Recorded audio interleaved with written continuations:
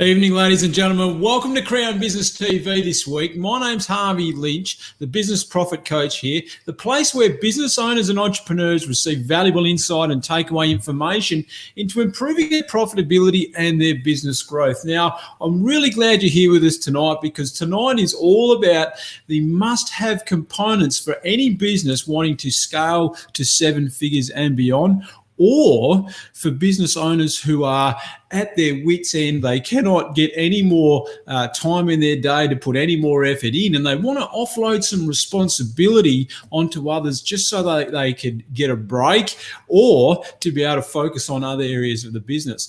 Now, we're talking about systems and documented operating procedures, bringing that into your business now to be able to allow the business to function without you necessarily being there, managing things, micromanaging things, and actually physically doing all the tasks yourself. Now, if you're a business owner that has reached a point in your business where it is, you may be somewhere around the 700, 800K in turnover, and you sort of at that virtual limit you feel like you're at, and with your business, you're going to find it difficult to scale further because it just means so much more effort on your part. Well, tonight's show is all about that. And the way to fix that is bringing in systems and processes into your business and actually having a system where the staff involved and the way your business operates under processes, and the people in your business are managed by processes, and you yourself, the business owner, actually manages the processes and make sure everyone's abiding by that. So I want to share with you tonight my 5-step business systemization plan to make it a lot easier for you, more simplified way of being able to start putting documented operating procedures into your business and having your staff and people involved in your team start implementing those processes and sticking to them.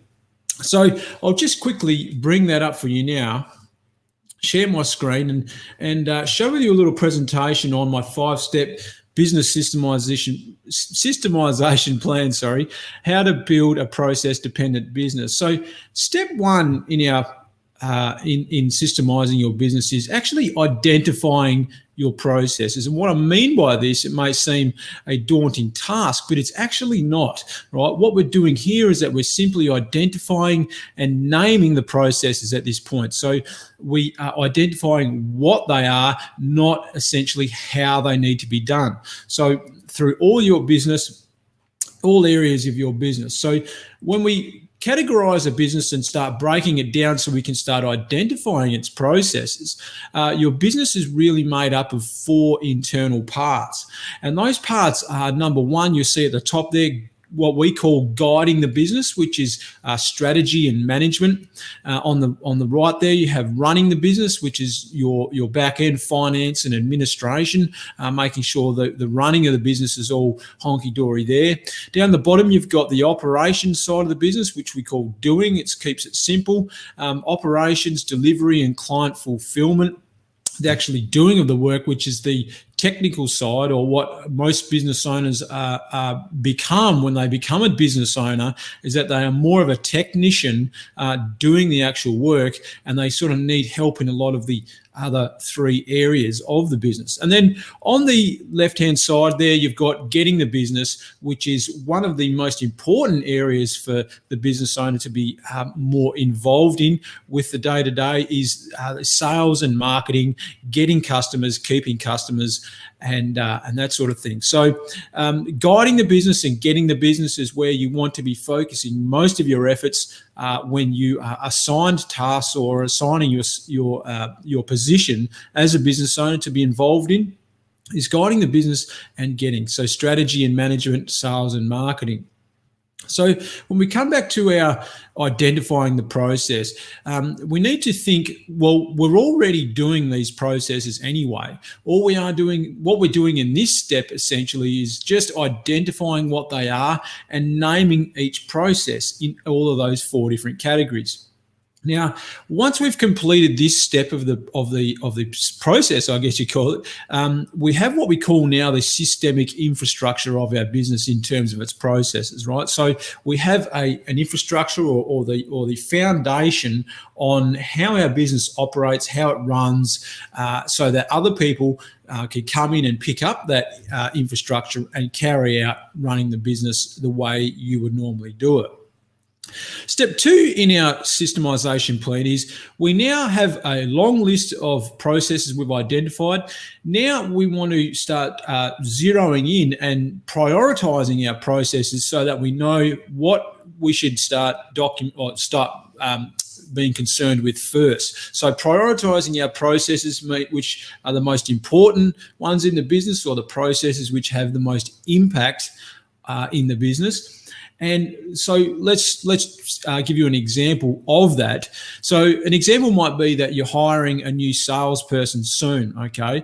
And so in that process of hiring, you want to document that process. So the hiring of that person needs to be documented, as well as the sales process also could be a priority area to start with, okay? So there's a couple of different processes there, the hiring of that person as well as your sales process, documenting that so that they carry out that their role, their job, the way that you do it at your business, and so that the new employee follows that. Now, what this does is that actually it brings efficiency, time and cost effectiveness to your hiring process in this example, okay? So having a process to follow each and every time that you onboard a new employee brings that efficiency and lessens the time involved in trying to find the right candidate and take them onboard them, and less costly as well, because your process delivers you that right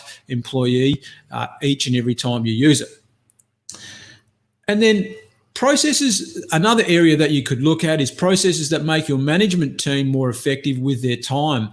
Might be a good place to start as well when identifying the priority areas to focus on. What processes can be delegated to free up more time for high-end or high-impact areas that the management team can then be focusing on. So quite often when we're thinking about offloading or delegating tasks, we quite often come up with, well, if you want it done right, you just got to do it by yourself, because it's very difficult to get someone to do things exactly the way you do it. But here's a different way of looking at it, by a fellow named John Maxwell, quoted, sometimes it is easier to do it yourself, but it just might not be better, right?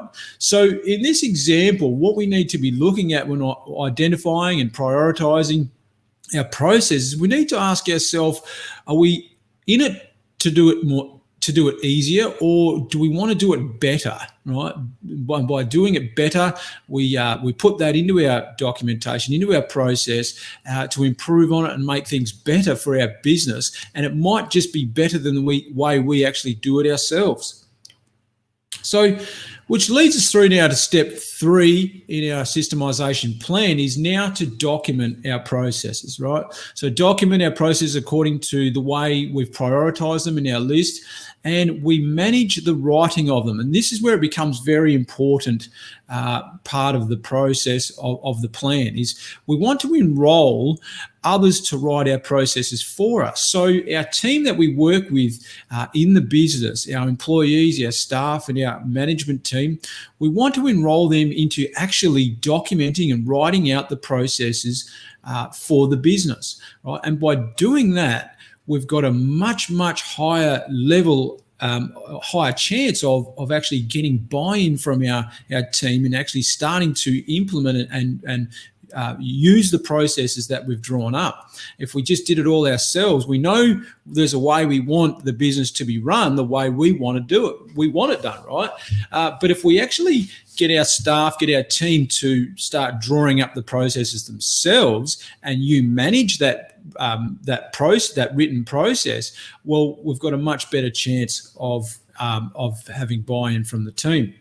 So for an example, you might have an in-house bookkeeper. Have your bookkeeper write out the procedure for everything they do in their bookkeeping process, right? So writing out step by step how and what they do, what's involved in getting the bookkeeping done. Now, this job, sure, it should not solely rest on the shoulders of the business owner. It's got to be enrolled by the team. The team needs to start doing this because documenting procedures and processes is an arduous task. It's a long-term thing that we need to really have everyone on board with, because we're always adding to, improving and adjusting, amending our processes to make our business more efficient, more productive, and at the end of the day, earning more profits. So number 4 now, which is probably the, if you've implemented or tried documenting and tried implementing your processes before, you've probably come up with the question of, well, how do I get my team to follow the processes? And if that's a question you often ask, well, I guess to begin with, it actually takes us back to our previous step 3 in the documentation. So having your team actually writing out and identifying and documenting the processes themselves begins that enrollment processes in them actually implementing it themselves as well. So yes, you can have a lot of input, but let the team write out those processes so that they are more than likely going to implement them themselves. So yes, it is a long-term project, but start with just some simple areas first, simple processes which are easy to follow, which are easy to document, which will get much more greater chance or much better buy-in from your team in doing so. Because people are born to follow a process, right? I mean, you think about it, when just everyday things like when you get up in the morning, you follow your general routine for getting ready and going to work. Well, that in itself is all a very simple process. It's the things that we do every day, we just don't realize it. And when we write it out, it's an actual process. And so it's very simple stuff. So processes in a business, they offer clarity and offer a lot of understanding. Makes employees a lot more efficient and a lot more satisfied, particularly if they are employed in the documentation processes. They're enrolled into it. Another word for implementation of it is actually training or getting the team to go through the writing process, task by task, step by step. So there's a clear understanding between everyone involved of what needs to be done and how it needs to be done and what results are expected. And this is where accountability comes into it as well. So people in charge of, say, a job role or a position in a company, if they're following the processes, we know what's expected of them, we know what results we are expected to get, therefore we can then hold them accountable to delivering on that, right? And if they can't, well, then there's obviously something wrong with the processes. A little tip that Michael Gerber, the author of the book The E-Myth, said that any frustration in any business is the result of a lack of a process. So by not having a process, or by having processes that are not getting buy-in from your staff, that aren't being implemented well, or you're not getting the results you should, might need to go back to the drawing board and fix up that frustration and rejig, retweak it, and monitor the process again, implementation, and then monitor it again to make sure it's working properly. And then lastly, we just touched on it, is actually monitoring your results. So if you've tried implementing tasks before, if you've tried documenting your processes and getting your team to get buy-in and start following these processes, and you're not quite getting that, right? You might be finding we've tried that, it's too hard, we're just not getting it, it's just not happening. Well, it's probably because you haven't been monitoring the results of the implementation process, and you're sort of getting what you expected, right? So people respect what's inspected, right? A very, very important highlight there. So essentially, if you ask someone to do something and you never follow up to check on things and see how they did or if they followed it, what are we actually teaching them, right? We're teaching them that we don't really care, or we're too busy, and that therefore they probably don't feel like they need to do what we're asking them to do, right? So if we're not following up, checking on things, holding people accountable to their responsibilities, and in this case, it's responsibility to carry out their role according to the process that is written, right? Then and we check up on that. If we're not checking that, then we're not really going to get the results, are we? So it's kind of like I guess it's a sharp line, a sharp edge there. If you're not walking the right side of it, you're more than likely to get cut. So it's very, very important that we monitor the results we are getting from our documented procedures and processes. So when checking on things, it's at this point where you can determine whether or not what you've written up is actually working. So you can check, okay, do we need to improve this process, this documentation, or do we need to amend it, improve it some way? So we'll just get rid of that now. So there you have it, 5-step business systemization plan. Now, I've got this plan in a lot more detail for you. If you're interested, I've actually put in a link in the comments below where I've got a guide, an ebook there that goes right through much more in depth on my 5-step business systemization plan. There's a lot of information in there that you can get if you're at a stage in your business where you are wanting to bust through that virtual wall, or at that limit where you feel like, I just cannot give any more, but yet my business probably shouldn't be, it should be a lot further ahead than where I feel it is today. Well, then it could be the result of not having implemented processes into your business to free up that responsibility from your shoulders and onto your team, allowing you to sort of step back or get more time back in your day to concentrate on more important areas. So if you want a copy of that book, it's in the comments below. Now, one thing I want to finish on is when documenting your processes, procedures, and systems, what do you do with the documents, right? What do you do with them? If you've tried this before, you may have it in Word documents, you might have it in Excel spreadsheets or video files, audio files, stashed somewhere on the computer, or it might even be handwritten in files on the wall. And this is great, at least that they're documented and put somewhere. But quite often what we find is that when people, these procedures are handled in this way, and you've got a lot of people involved in your organisation that need access to that documentation, we get what we often call standard operating procedure chaos, right? So there's stuff everywhere, and it becomes very difficult for that person to be able to access the procedures that are applicable to them and their job role. And what we recommend using is some software that we use, which is cloud-based, that it allows you to store all of your business processes in the one place. And everyone in your organization gets a user access, which gives them the access to the applicable job descriptions and processes, procedures that are applicable to their role, and allows them to go in and access all of that very, very streamlined, very easy to do, all in the one place. So you don't have stuff everywhere. And I'd like to be able to show you that now, but we're quickly running out of time.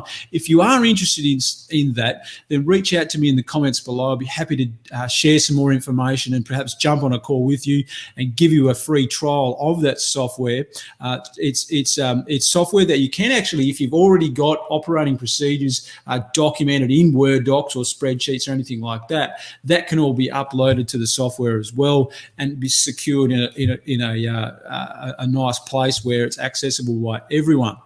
So if you're interested in that, make sure you reach out. But apart from that, I hope you really enjoyed the business systemization plan tonight. 5 steps to getting your business systemized. And if you would like further help on that, make sure you reach out. Hope you enjoyed tonight, and make sure you grab that ebook in the comments, and we'll look forward to catching up with you next week. Have a great evening, ladies and gentlemen. Bye for now.